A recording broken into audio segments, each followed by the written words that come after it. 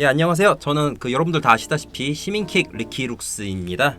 여러분들 제가 슈퍼전대 관련해서 영상을 총 두 가지를 지금 제작을 하고 있는데요. 하나는 슈퍼전대 빌런들의 정치 이야기, 또 다른 하나는 슈퍼전대의 가장 필수적인 에피소드들. 네, 이렇게 두 개 코너가 있는데 앞으로 이 두 개 코너들은 이제 토크쇼 방식으로 진행을 할게요. 제가 혼자 진행하거나 아니면 고정 패널분, 게스트분이랑 같이 대화하는 식으로 이제 진행을 하겠습니다. 오늘 제가 게스트로 모신 분은 저의 슈퍼전대 관련해서 지인 형님이신 제라시트 형님이십니다. 한번 인사 부탁드립니다. 네, 안녕하세요. 저는 네이버 블로그 돌아온 오덕후 블로그를 운영 중인 제라시트라고 합니다. 만나뵈서 반갑습니다. 네, 잘 부탁드립니다. 네.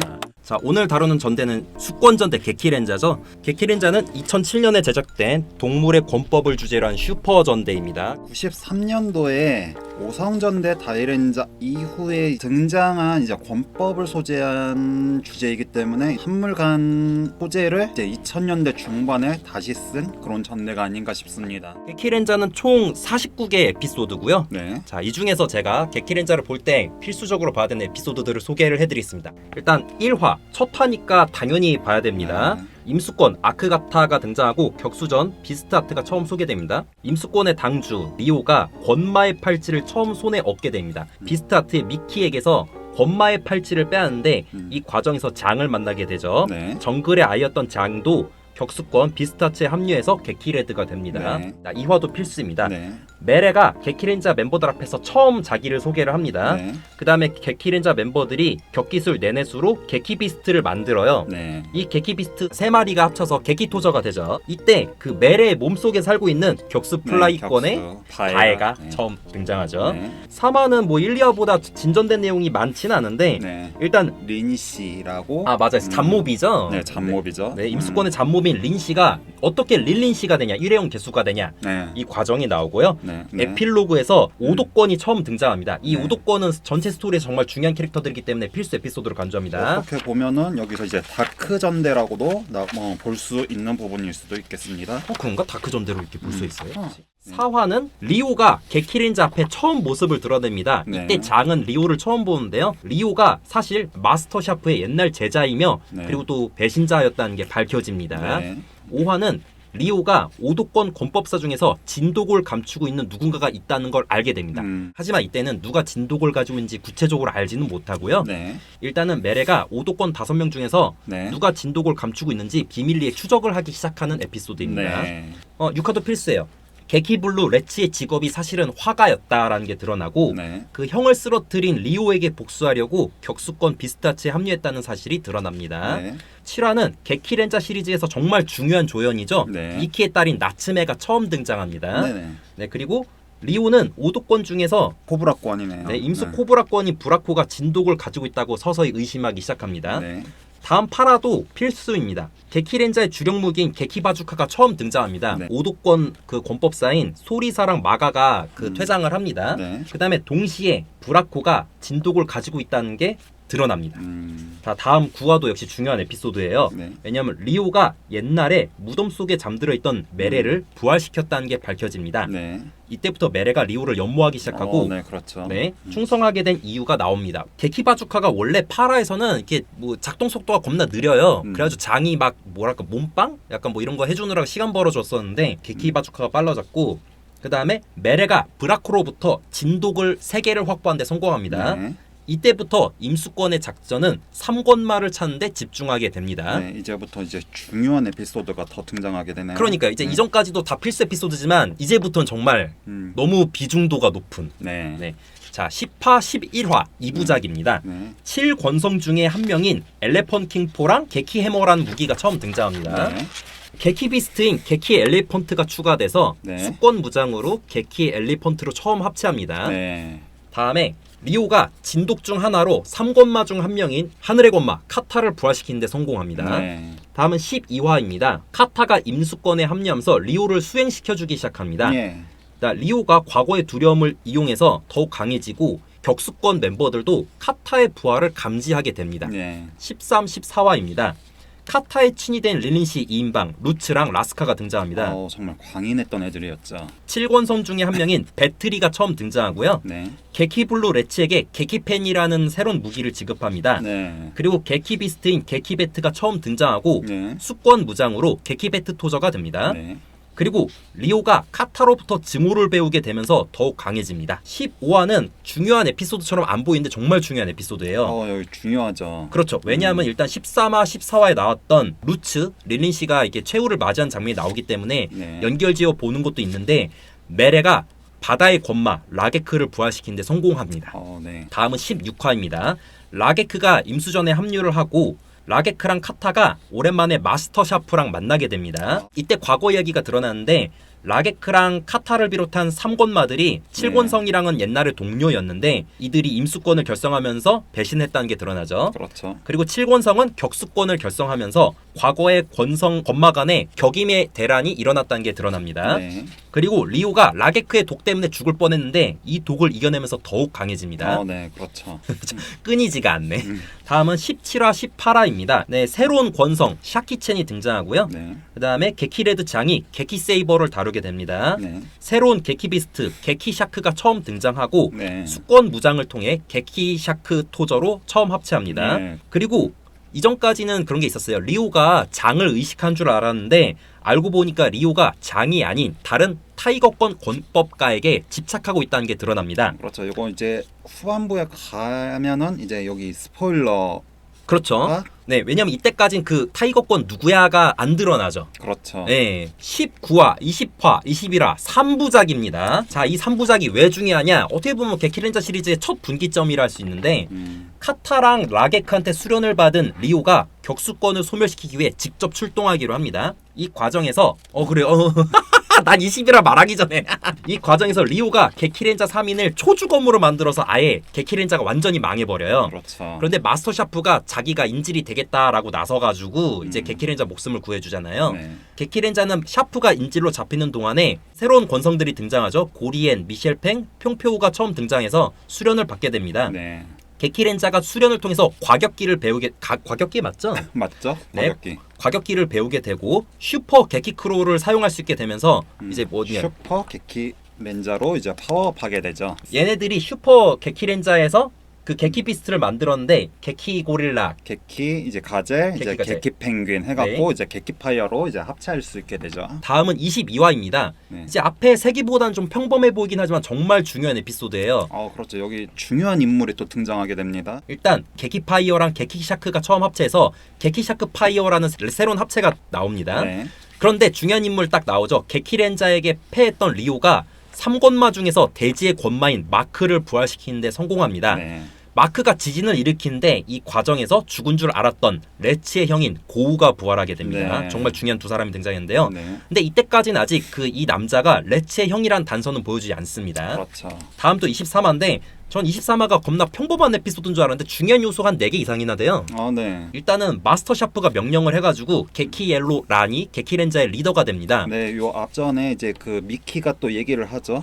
이제 새로운 동료를 찾는다는 뉘앙스부터 아마 이제 뜨기 시작할 거예요. 그 복선이 있었구나 또. 네, 아마 그것 때문에 이제 마스터 샤프가 현재까지는 이제 리더가 없었으니까는 그게 그거구나 순서가. 지령을 하죠. 그 3명 중에서도 그나마 조금 리더격에 좀 해당이 되는 애가 이제 란이다. 이어서 얘기를 마저 하자면은 전편에서 부활했던 고우가 이제 늑대가 되면서 자꾸 난동을 부리기 시작해요. 네. 그리고 늑대인 상태에서 게키렌자를 일단 마주치긴 합니다. 네. 게키 파이어랑 게키 엘리펀트가 처음 합쳐서 게키 엘리펀트 파이어가 되고요. 네. 마크가 부활했는데 리오한테 수련을 시켜주기보다 리오로부터 당죄자를 아예 뺏어버립니다.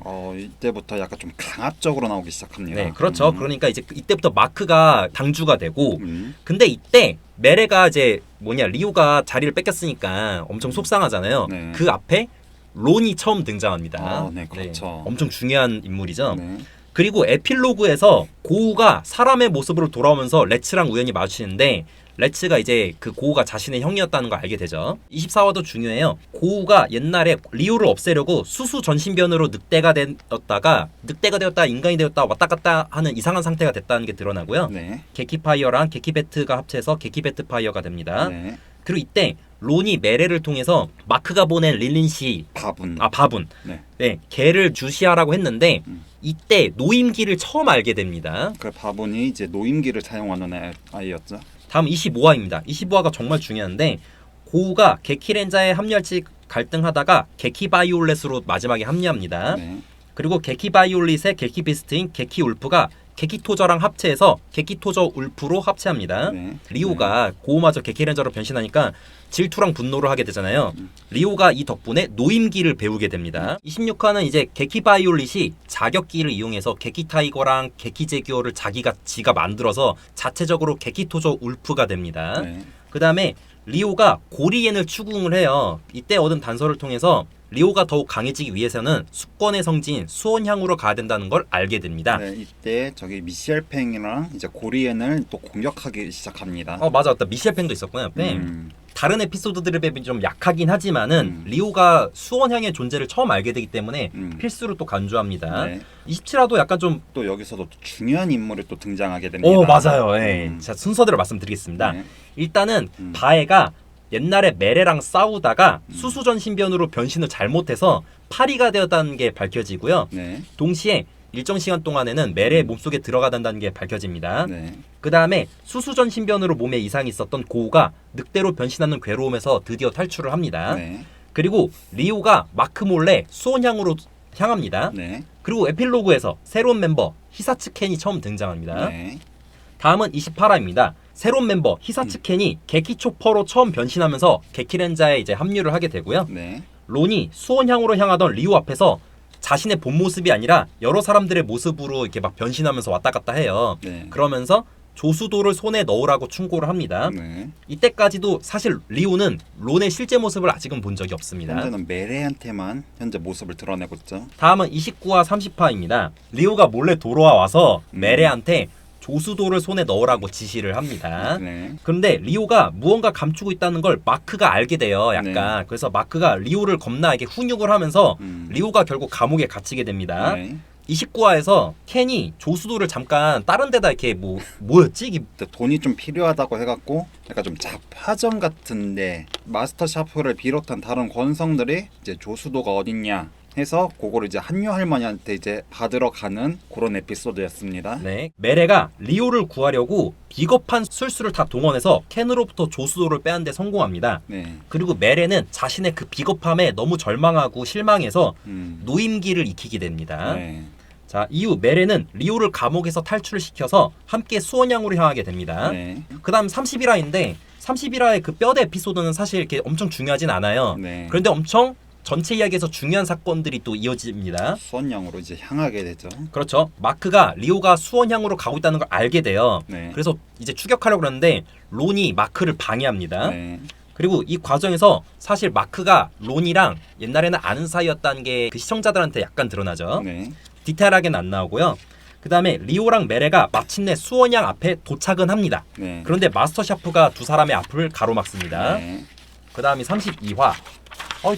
다 중요해.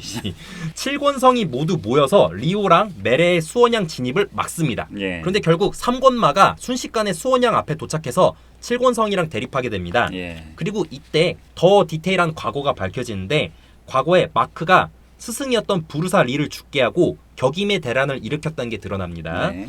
그리고 칠권성이 수수전 신변을 이용해서 동물로 변신해서 3권마를 제압했지만 네. 조수도를 이용해서 네. 죽은 부르사리의 게키혼을 담은 수권의 신 네. 사이다인을 만들었다는 게 밝혀지고요. 네. 그리고 게키렌자가 리오랑 메레를 저지하려고 수원향으로 도착해요. 칠권성한테 붙잡혀있던 라게크가 순식간에 따라옵니다. 네. 그리고 라게크가 그 젊은 7명을 과거로 이동시켜버립니다. 그렇죠. 33화는 사실 뭐 과거로 돌아가는 에피소드라서 중간 내용은 그렇게 크게 중요하진 않는데 중요하지는 않지만은 이제 여기서 극장판하고 얘기가 조금 이제 겹쳐질 수도 있습니다. 그렇죠. 프롤로그랑 에필로그는 전체 얘기랑 이어지면서 중요하고 극장판을 먼저 또 보고 오셔야 될 것 같아요. 게키렌자 3인방이랑 리오 메레가 5월 동주로 합체해서 게키린 토저가 되는 과정이 나옵니다. 네. 극장판 보지 못하신 분들은 게키린 토저가 뭔지 모르니까 미리 보시는 걸 추천드리고요. 네. 그리고 33화에서 에필로그에서 수원양이 완전 불에 타버리고 네. 칠권성은 이제 마크에게 당했다는 게 드러납니다. 네. 다음은 34화입니다. 게키초퍼인 켄이 조수도의 힘을 이끌어내서 사이다인을 사이다이오로 변신시키는 데 성공합니다.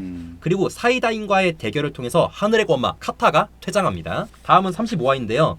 게키렌자 시리즈의 두 번째 분기점을 맞이하는 그 부분인데 네. 사이다인이 부활하고 카타가 죽으니까 마크가 흥분합니다. 네. 그리고 이제 마크가 이렇게 된 거 격임의 대란을 자신이 마무리 지으려고 해요.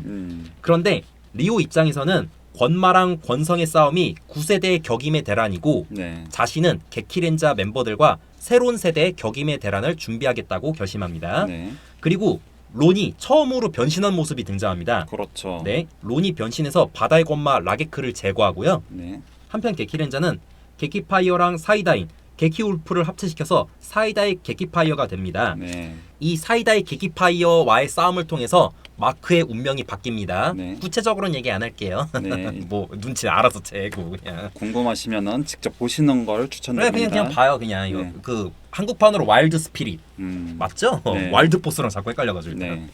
그 다음에 그동안 멜의 앞에서만 등장했던 론이 리오 앞에 정식으로 모습을 드러냅니다. 그렇죠. 론이 리오한테 환수권의 시대가 왔다고 또 약간 설파를 합니다. 약을 네. 팔기 시작하죠. 네, 그렇죠. 36화는 이제 지금까지 중요한 사건을 정리하는 에피소드예요. 네. 그냥 뭐 봐도 좋고 안 봐도 좋고 약간 이런 에피소드 같은데 36화는 정말 중요합니다. 거의 에필로그가 조금 중요합니다. 여기는. 그렇죠. 왜냐? 에필로그에서 환수권의 사환장인 사뇨가 처음 등장하고요. 네. 그리고 다른 사환장도 관에 잠든 채로 등장합니다. 다음은 37화입니다. 네. 그 론이 리오한테 환수권 권법사가 되기 위해서는 네. 피해 맹세를 해야 된다고 일단 알려줍니다. 네. 그리고 사뇨의 싸완사인 시우랑 고유죠. 시우 고유 네. 네, 싸완사 두 명이 처음 등장하고요. 일단 리오에 앞서 메레가 먼저 환수 피닉스권 권법가가 됩니다. 네. 다음은 38화입니다. 환수권 권법가가 된 메레가 게키렌자 앞에 처음으로 모습을 드러내고요. 네. 그 다음에 게키토저 울프랑 게키베트가 합체해서 게키베트 토저 울프가 처음 등장합니다. 네. 그 다음에 에필로그에서 관 안에 잠들어 있던 사환장 스우구가 처음 모습을 드러냅니다. 네. 39화에서 뭐 중요한 요소는 크게 두 가지인데 뭐 그래도 엄청 중요한 거니까. 하쿠랑 희소. 네, 메레의 싸완사 하쿠랑 희소가 처음 등장하고요. 네. 그 다음에 리오가 수구랑 잠깐 대련을 하는데 이때 리오는 수구의 정체가 자신의 사형이었던 단이라는 걸 알게 됩니다. 네.